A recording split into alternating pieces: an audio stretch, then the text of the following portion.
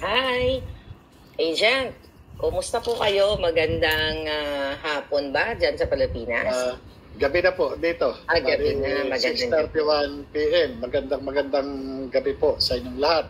Ganun din sa ating mga kababayan at sa ating mga taga-subaybay. So, kumusta ka na after 3 hearings? Kumusta na po kayo? Ito, bali awa ng Diyos at patuloy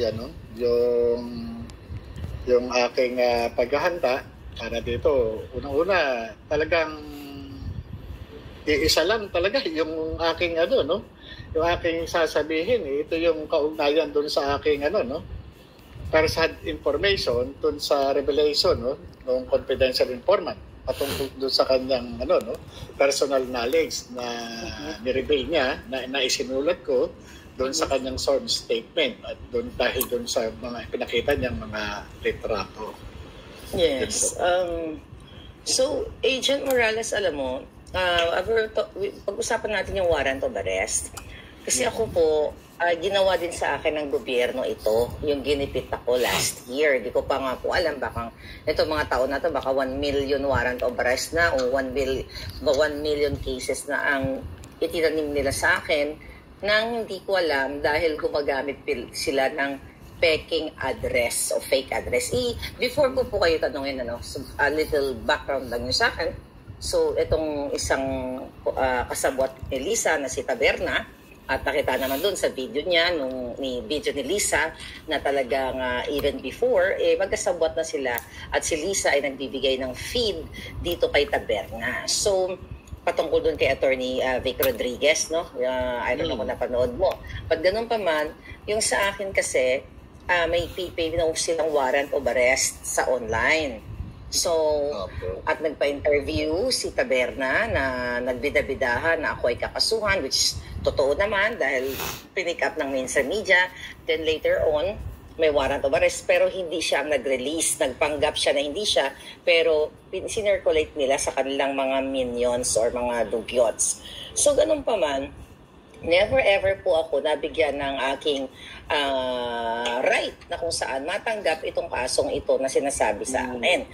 Kasi dito sa Amerika, kinasuhan din ako ni Lisa kasi mga proxy cases lang naman yung mga taong gumagamit sinagot ko sila. Pero dun sa Pilipinas, it's really unfair na kakasuhan ng isang tao at maggagawa-gawa po sila ng address para lang para hindi mo matanggap. Okay? Then, mabigyan ka ng warrant of arrest.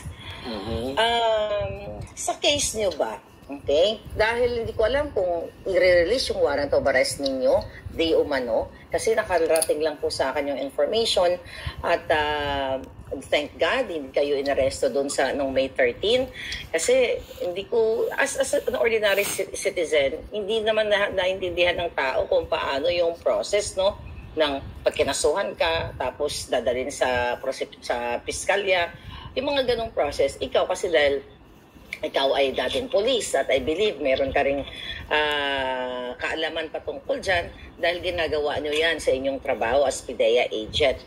Kayo ba nakaranas ng ganyan na kakasuhan kayo at ililigaw yung mga address, ganyan? Opo, sa katunayan, ako po ay kinasuhan ng hindi ko alam. Kinasuhan ako ng gobyerno, partikular ang PIDEA. Ako po ay kinasuhan. Ilan po? Bago? Hindi po, mga ilang taon na po ang nakalipas at wala na po ako sa PIDEA. Ang ginawa nila, grabe, ang gobyerno talaga. Manggigipit talaga noon pa. Nakalipas at wala na po ako sa PIDEA.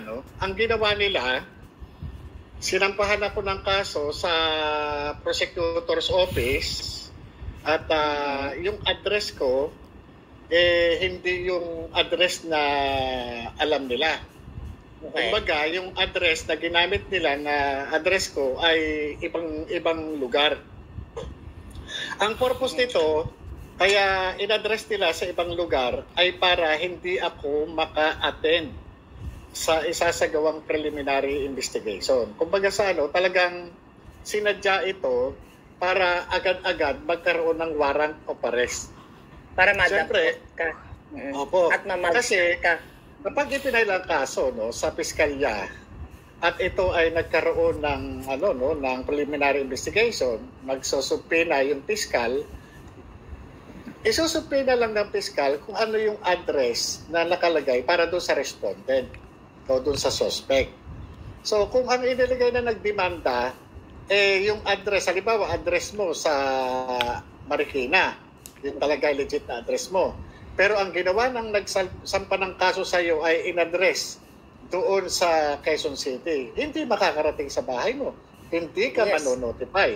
Diba? Kumbaga sa madedeprive na yung iyong mga karapatan na sumagot o mabigyan ka ng pagkakataon para sagutin yung demanda laban sa iyo o yung reklamo. Ganun ang ginawa sa akin.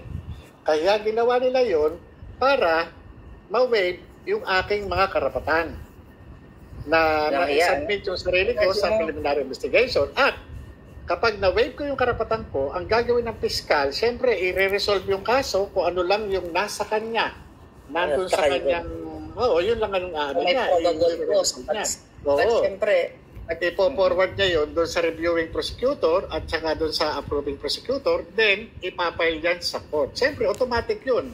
Hindi na Kumbaga sa yung ginawang kaso, tsak yun, present lahat ng elements ng krimen. Definitely. Oo. Kasi ipapile ngayon sa korte yan. Pag ipile sa korte yan, within 10 days, maglalabas ang judge ng warrant of arrest para ma-custody ka sa korte.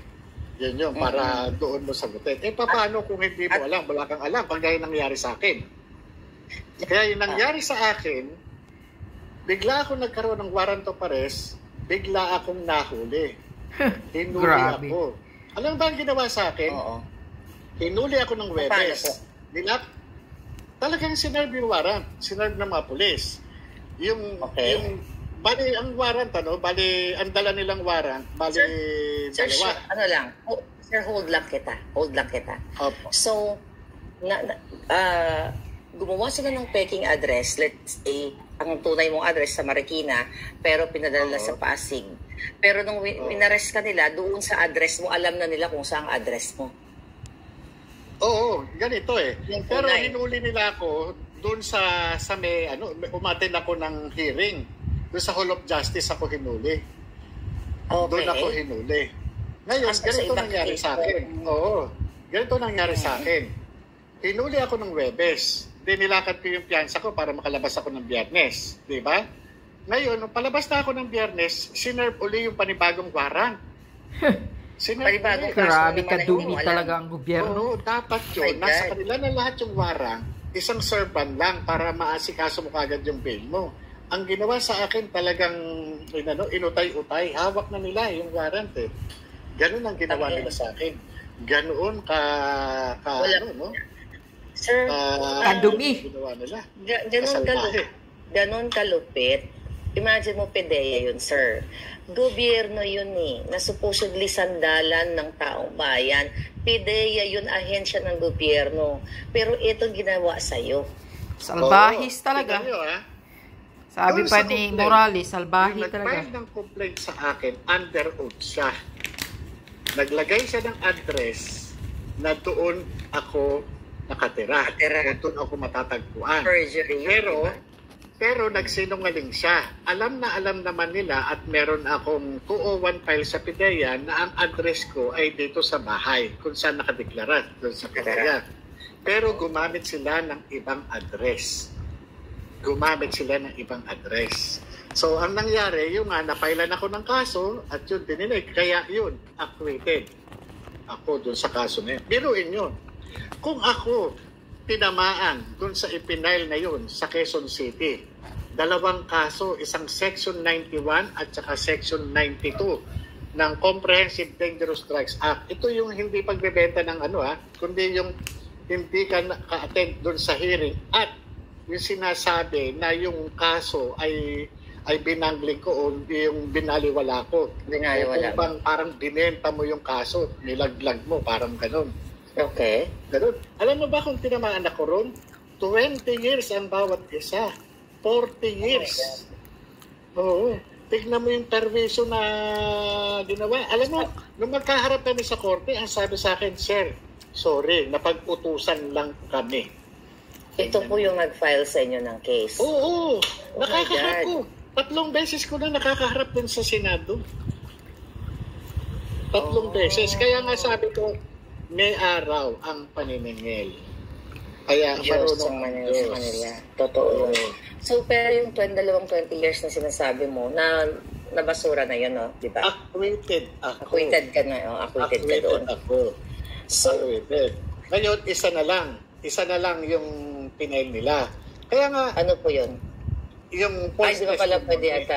Yung false testimony. Oh. Pero hindi pwede i-discuss kasi nga, Opo, active pa yung ano niya nasa court. Opo, sir. So, alam nyo yun na imagine nyo mga kababayan, ginagawa mismo ng gobyerno sa akin kay Agent Morales. Si Agent Morales, dating lingkod gobyerno. So,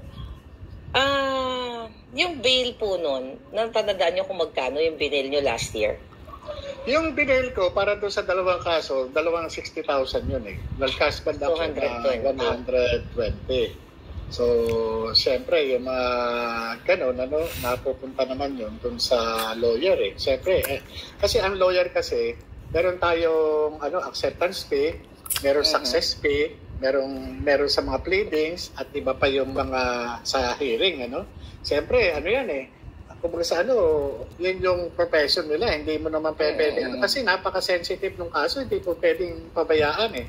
Dahil talagang pero tingnan mo yung ginawa ng gobyerno. Hindi ko lubos maisip bakit gano'n eh. Bakit ginawa sa akin ito ng mga dati kong kasamahan? Tinatanong ko, ano ba ang kasalanan ko sa mga ito?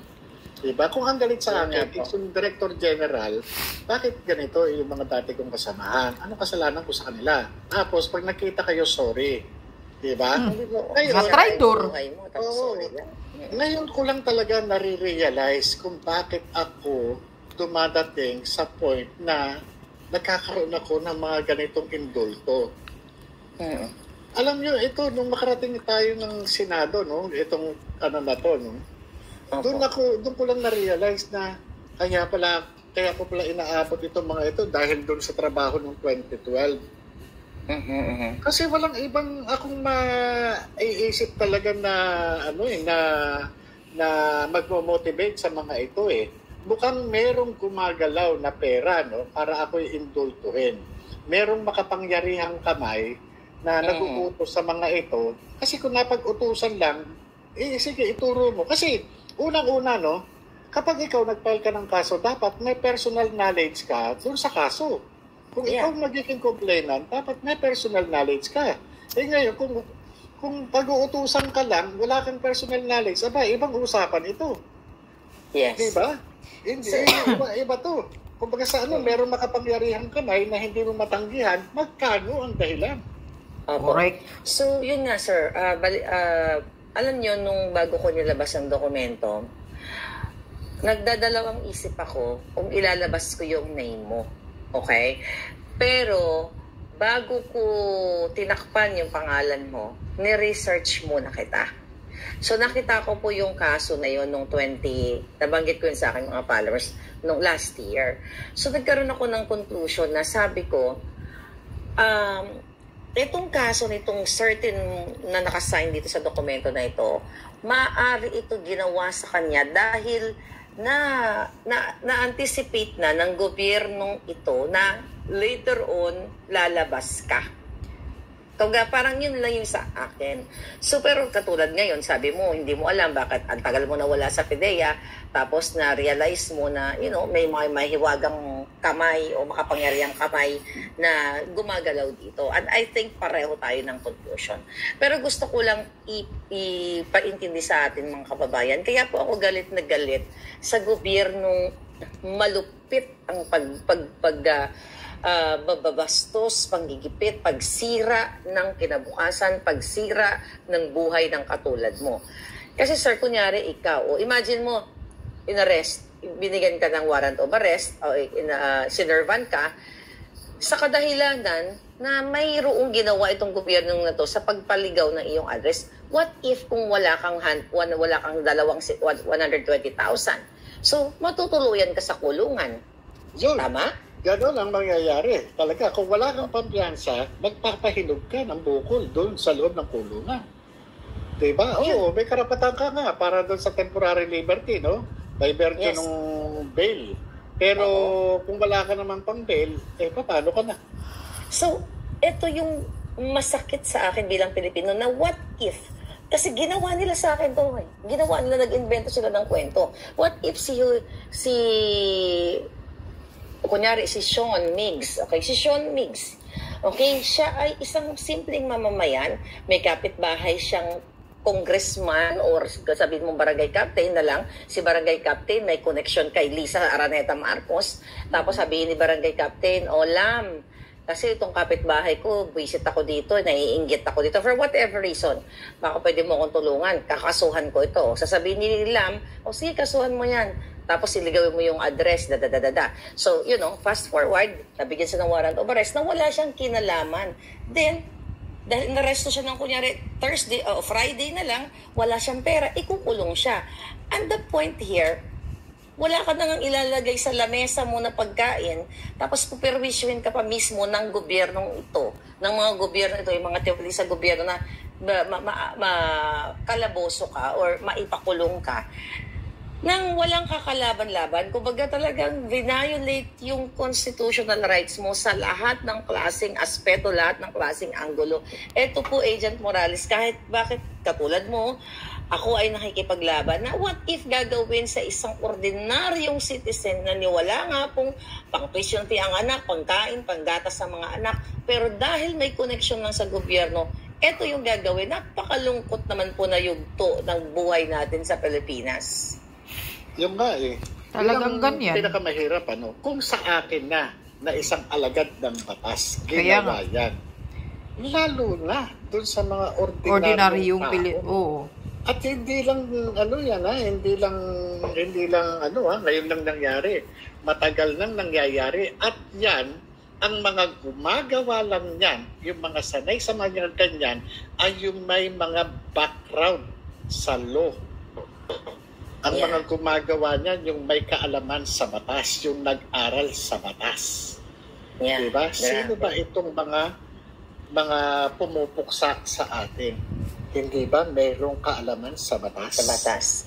Diba? Sila lang ang mayroong kaalaman sa ganyan. Kaya nilang paikutin. Kaya nilang paglaruan ang katarungan dito sa atin. Meron silang kakayahan na gumapang diyan sa City Prosecutor's Office, Provincial Prosecutor's Office, Regional Prosecutor's Office, even dun sa mismong sa DOJ. Sila itong nakaupo Lahat ng kapangyarihan kaya nila. Bakit? Nasa kanila yung executive department. Kung ano ang ipapile ng piskalya o ng executive department, walang pakialam ang judiciary. Ang judiciary tatanggap lang yan kung ano yung ipapile ng executive department. Ang Department of Justice ay under ng executive department. Kaya kapag kayang mayroong makapangyarihang kamay na nakialam dyan, ang gagawin lang na nasa DOJ, ipapile lang yan sa korte. At ang korte, pag ipinail yan, hindi naman niya pwedeng i-encroach yung karapatan o yung authority ng executive department. Ang gagawin lang yan, maghihiring lang yan, magta-trial. Doon malalaman kung talagang may kasalanan ka o wala. Yeah. Yun lang yun Doon lang yun. Ang mahirap dito, pag pinail ng DOJ yan sa korte, mapipilitan kang magpiyansa kung may piyansa. Paano kung wala? Wala. Unbailable offense yung ipinail sa'yo, himas rehas ka. Kaya nga. Yan ang ginagawa ngayon. Ginagamit nila yung kanilang kapangyarihan. Technically, inaabuso na nila. Ganyan. Kasi yan ang kumbaga sa sabi nga Ang gumagawa lamang nito ay yung mayroong kaalaman sa batas. Nag-aral ng abogasya. Pero kung iyan ay susundin lang niya yung CPRA, yung Code of Professional Responsibility and Accountability ng bawat abogado, doon pa lang merong propriety na sinasaad doon sa Canon 2 ng CPRA. Pero ano nangyayari ngayon? Hindi. Sindikato na. Sindikato na po ang ng gobyerno. sakwatan. Nakakatakot. Nakakatakot po kasi sir, yun nga, gusto kong i-diin o i-highlight sa mga kababayan. Kasi ginawa po nila sa akin, alam na alam ni Lisa Araneta Marcos, ni Marcos Bangag Jr., na ako po ay matagal nang naninirahan dito sa Amerika at wala na po akong address sa Pilipinas. Even nga po property, wala ako sa Pilipinas. Ni kahit isang posporo ng bahay kubo, wala ako niyan personally. So, yun ang ginawa nila sa akin talagang pagigipit para again, mabigyan ako ng warrant of arrest. Pero, ang isa sa mga inaano ko dyan na, syempre kasama po yan sa process yung booking, di ba? Yung kuhaan ka ng mugshot. Once diba? Once na isinabit mo yung sarili mo o na-aresto ka o nag-voluntary surrender ka, talagang, proseso yun, police procedure yun.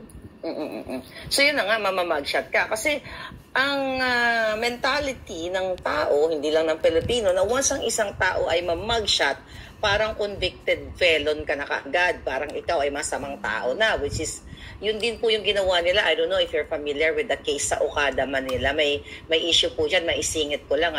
Yung pinaka may-ari niyan, si Mr. Okada, na mugshot yan eh. At ang alam ko po, person na mugshot din dyan sa airport, dinampot din nila yan. Ang may kagagawan po niya na ang gobyernong ito, si Marcos, si Lisa, si Romualdez. But anyway, sinare ko lang sa inyo. I know wala kayong personal knowledge, pero ito yung gusto kong sabihin sa taong bayan na ginawa sa iyo, ginawa sa akin, ginawa sa pinakamayamang Mr. Okada, na ang gumawa ay bangag na gobyerno. So, paano na, kawawa na itong mga kababayan natin, mga Pilipino, try at ayamat na ginagawa. Alam nyo, ito, kaya makikita nyo yung mga indicator, nantutumilat yung mga indicator. Tingnan nyo. Yes, sir. Kapag kakalaban ka, potential na kalaban ka, gagawan ka ng kaso. Yeah. Or, kung ikaw naman ay may mga dating kaso, bubuhayin nila. Kaya nga, sinasabi ko, tatlo ang branches ng government. Executive, Legislative, at saka Judiciary. Ang Prosecutor's Office, under yan ng Executive Department. Okay. Diba? Ang kasuhan lang naman between Executive at saka yung Judiciary. So, sa Executive, under yan ang Department of Justice. At isang kumpas lang yan, yung kaso mong matagal ng patay, kaya nilang buhayin. At yan, ipapail yan doon sa korte. Pag pinail kasi ang kaso sa korte, sa ayaw at sa gusto ng korte, tatanggapin nila yan. Ngayon, siyempre, ang judge, ang ano lang naman yan is yung probable cause eh. Yun lang naman ang pinagbabasihan niya eh. Yung determination ng probable cause, pagka pinail yan, within 10 days aaralin lang naman nila yan eh. Minsan, pagka-file niya, iso kagad ng warrant eh. Gano'n naman sila eh. Pag narapol sa branch yan, So, hindi katakataka na kapag ito ay pinail nila sa korte, hindi katakataka na yung tumanggap niyan na korte, imposibleng walang bilin o diin dyan sa kaso na yan. Imposible. Bakit? Kasi yung mga huwes nangangarap maging justice yan. Nangangarap na ma-promote yan. Nangangarap na ma-pwesto dun sa mga juicy position. Ganun dyan. Kaya dito sa atin, nakakatakot, nakakadismaya yung pag-aabuso, yung paggamit sa kapangyarihan. Kasi nasa kanila lahat nasa kontrol nila. Diba? Yung hindi nga imposible yung pagpapail ng kaso doon sa isang kalaban pati yung pagbubuhay ng kaso. Na matagal nang tapos. Yes. Tulad sa ginagawa sa iyo, Morales.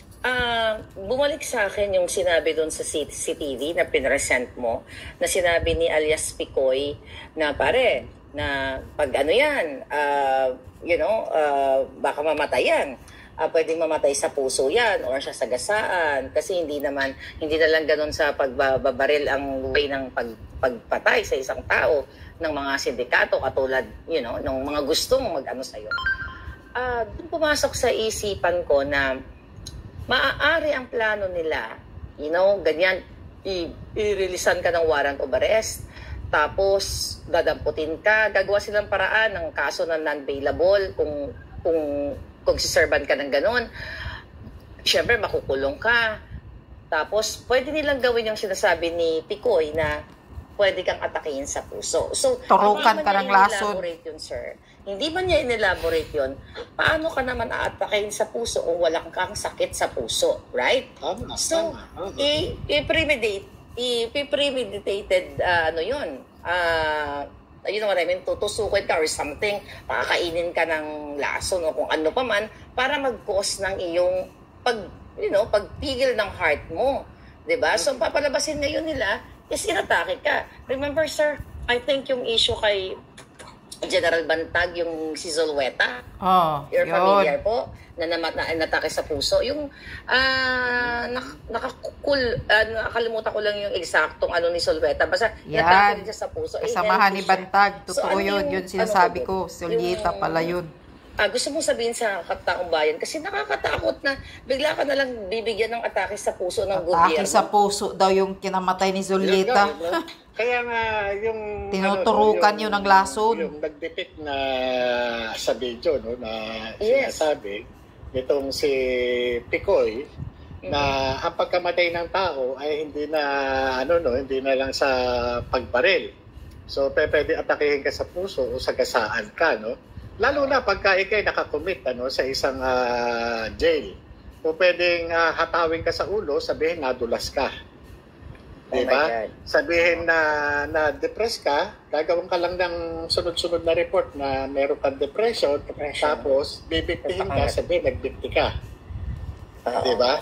Yeah. So yung mga ganun, kaya maraming dyan, Pero kasi sir, alam mo, nanonood ako ng mga forensic files, Sa Amerika kasi, once na sinabing nagbigti ka, may forensic investigation yan. Makikita yan kung nagbigti ka o binigti ka Makikita din yan kung nadulas ka o hinampas ka. The way yung mga projection ng, yung projectile ng, yung paghampas, yung talsik ng dugo, mga ganon.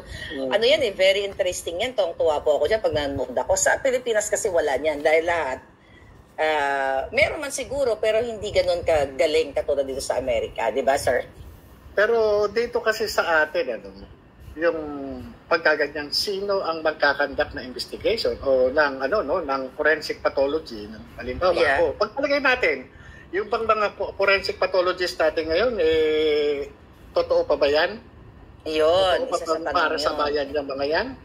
Kasi ang may mga kulay na rin kasi yun ang mahirap kagaya niya may mga namamatay so nakakapagbigay pa ba sila ng ng patas na na result yun ang totoo o na apektado na rin sila ng nasungal-ngalan na rin kaya nababayaran na rin kaya ulok na sistema ng human intervention kasi kahit saan, once na may human intervention, nandiyan na yung kaibigan o may connection di ba?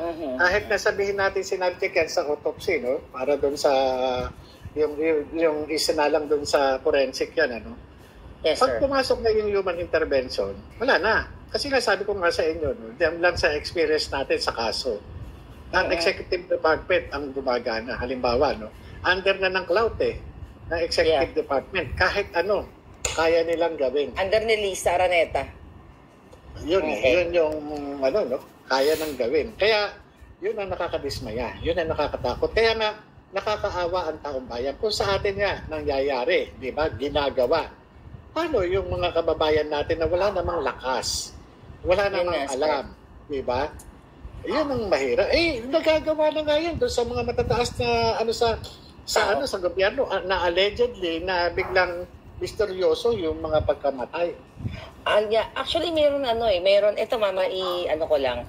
Merong kritiko si Rowena Burden, doctor siya. Last year po, napakatapang din. Talagang binoboljak niya itong si Governor Gwendolyn Garcia, lahat ng mga sex capades at kung anong kalaswaan ni Gwen, yung mga corruption and everything.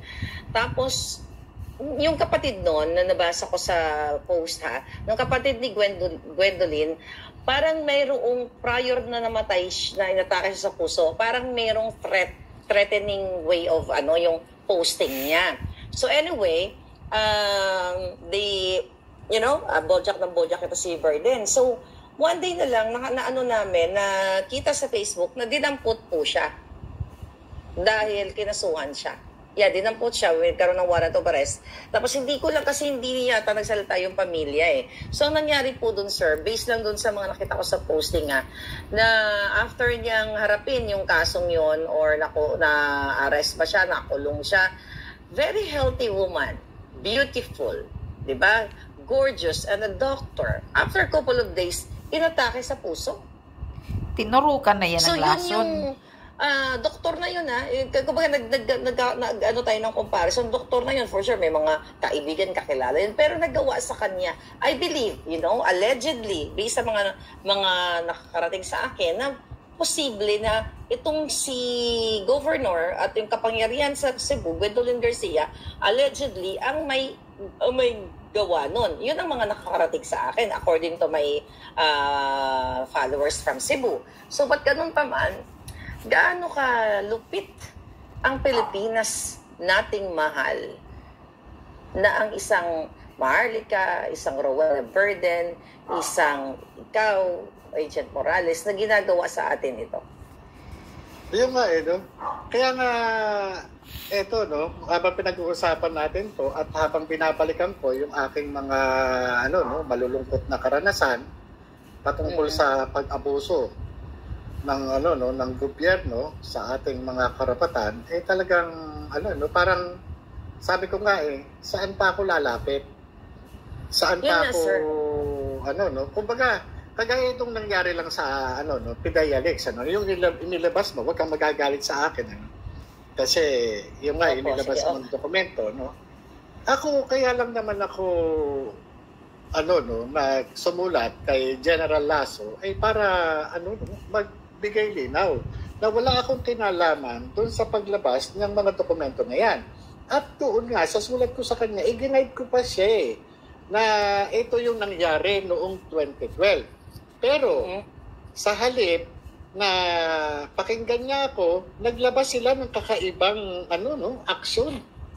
Yeah. Binalikpad na nila yung sitwasyon. Ako na ngayon yung ginawa nilang akusado. Ako na, alam mo, ang tanging kasalanan ko lang dyan sa mga dokumento na yan, ako yung nag-imbestiga. Kung alam ko lang, sana. Diba sabi nga, kung maibabalik ko lang yung nakaraan talaga, sana. Hindi na. Pero, alam niyo, sa totoo lang, trabaho Trabaho sa totoo lang. Yeah. Alam niyo, ako, sinasabi niyo na mag-iingat ako, maglalabas ng bahay. Ako, aaminin ko sa inyo, lumalabas pa rin ako ng bahay. Bakit? Kasi nga hindi naman ako, wala akong kasalanan. Oo. Wala akong kasalanan. Kaya, ang buhay ko talagang, sabi ko nga sa mga anak ko, huwag kayong kasi parte lang ng trabaho yan.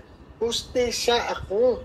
Hindi ako yung gumagamit ng illegal na droga. Nagkataon lang, itong mga addict na ito ay itinuro sa akin, inireport sa akin. Hindi ako dapat matakot sa mga addict na ito. Nagkataon lang, naging presidente itong itinuturong addict na ito. Wala akong kasalanan sa kanya. Kaya nga po sa totoo lang. At, sir, balik-balikan natin. Walang ginagawa ang bangag na gobyernong ito na na-mention na mismo doon sa CCTV ang Lam at Kumar. Sabi ko nga, alam mo na pag-uusapan namin dito ng mga kaibigan ko kanina, sabi ko sa Amerika kapag nabanggit na ilabas na sa Senado, na ilabas na sa media na ang sangkot ay First Lady at yung Kumar na nabanggit doon na inutusan ng First Lady, maaalarma na at mabibigyan ka ng protection.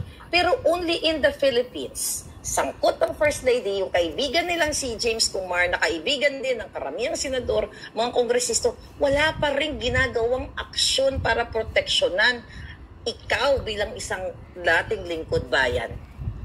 Yung nga ang ipinagtataka ko, no? At sa halip, ako yung kanilang ginigisa. Diba? Biruin nyo, talagang pinalalabas na ako'y masamang tao. Hindi dapat paniwalaan.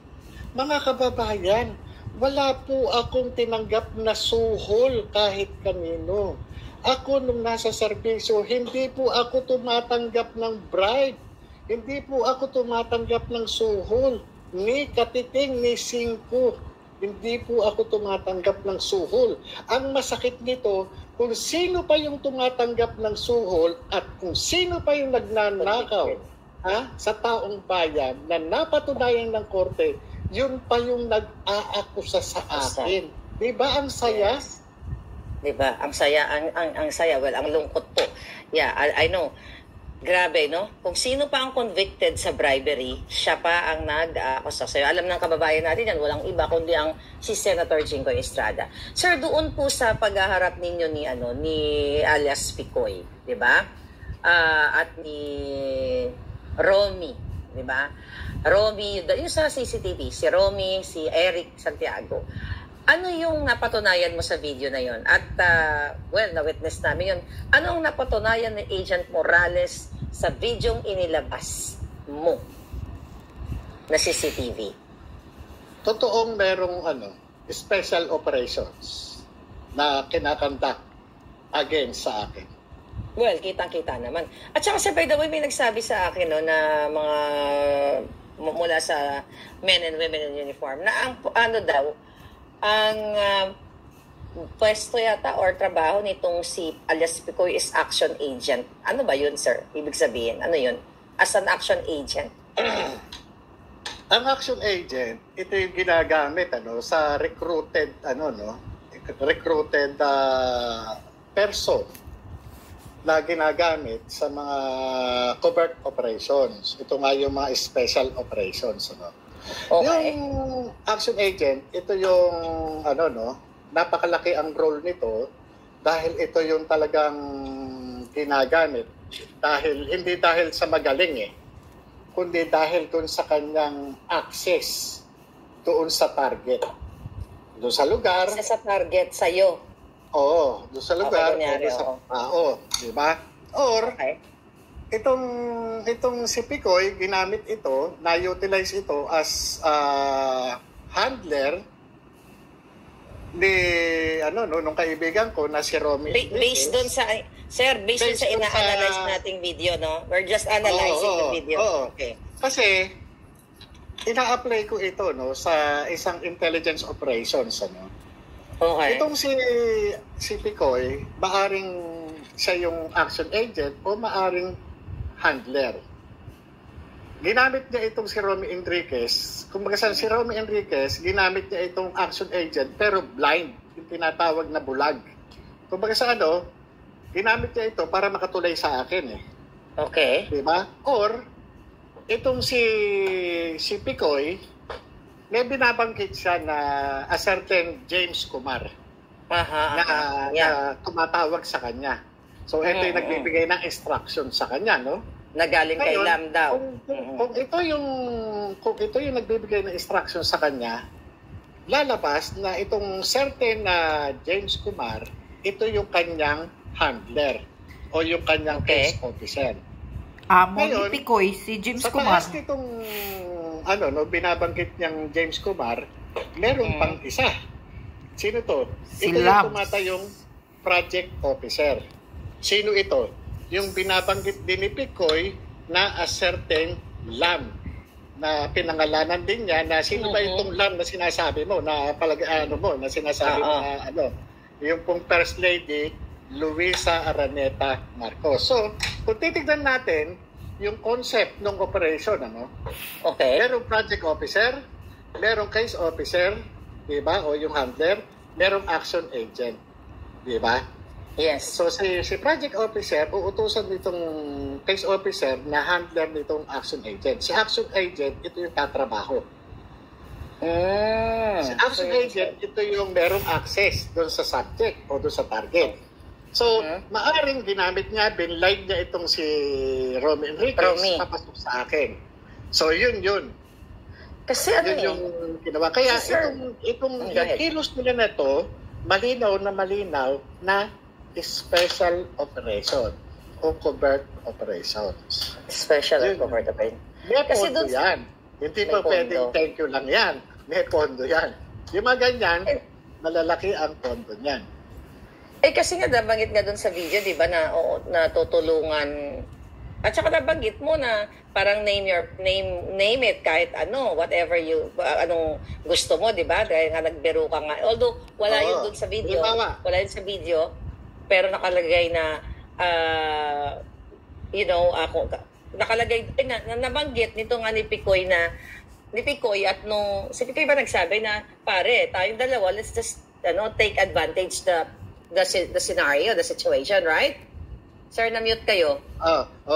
Take advantage sila yung situation dahil nga merong may provecho parang gano'n may nakikitang provecho. Ngayon, di ba, meron pa nga sinasabi yung si Picoy na nangangamoy director.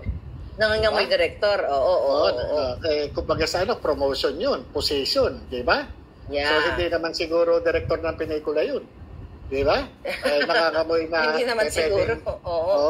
Pwedeng director 3, director 4, director 5, o director kung ano man, di ba? So, ibig sabihin, ang dyan is yung promotion, merong value.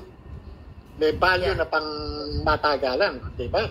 So, malaki yung pakinabang. Ngayon, itong ginawa ni Picoy na to, na covert operation o special operation, talagang merong tinatawag tayo doon sa Ang ginagawa namin, pagka ganyang may tinatrabaho kami, halimbawa, kagaya sa akin, nilalabanan na ako ng money versus loyalty. Andito na May alok. Di ba? Merong di ba? Para ganun. Ngayon, ang isa pa dun sa ginawa nila, merong threat sa gitna. Threat. Pwede kang papatayin yan. Papatayin yan. Di ba? Malinaw Yes, Pare, alam mo naman. Papatayin yan. So, money versus loyalty, nasa gitna yung threat. Yeah. Di ba? Kung sana wala kang choice binibigyan ka na lang ng dapat 50-50 yung choices Pero dito sa kaso na ito, kumbaga sa 99% yung dun sa bibiling ka talaga Pero 1%, yun lang ang choice mo. Pero mamamatay ka. Yeah. Pag tumanggi ka. Yes. Di ba?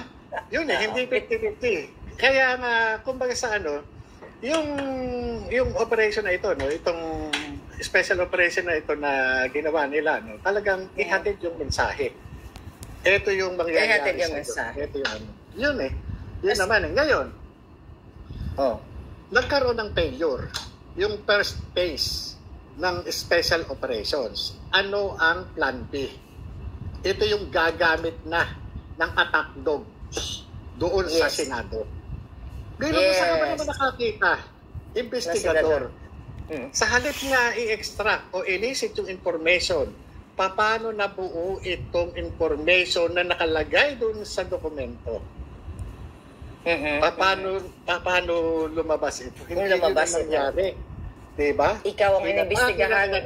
Inatake yung aking personalidad.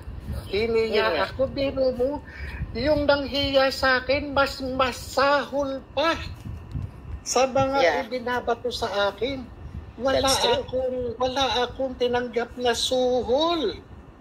Wala. Yun nga Mas masahol pa kasi tumanggap ng suhol. Hindi ako nabuhay sa karangyaan at kasinungalingan.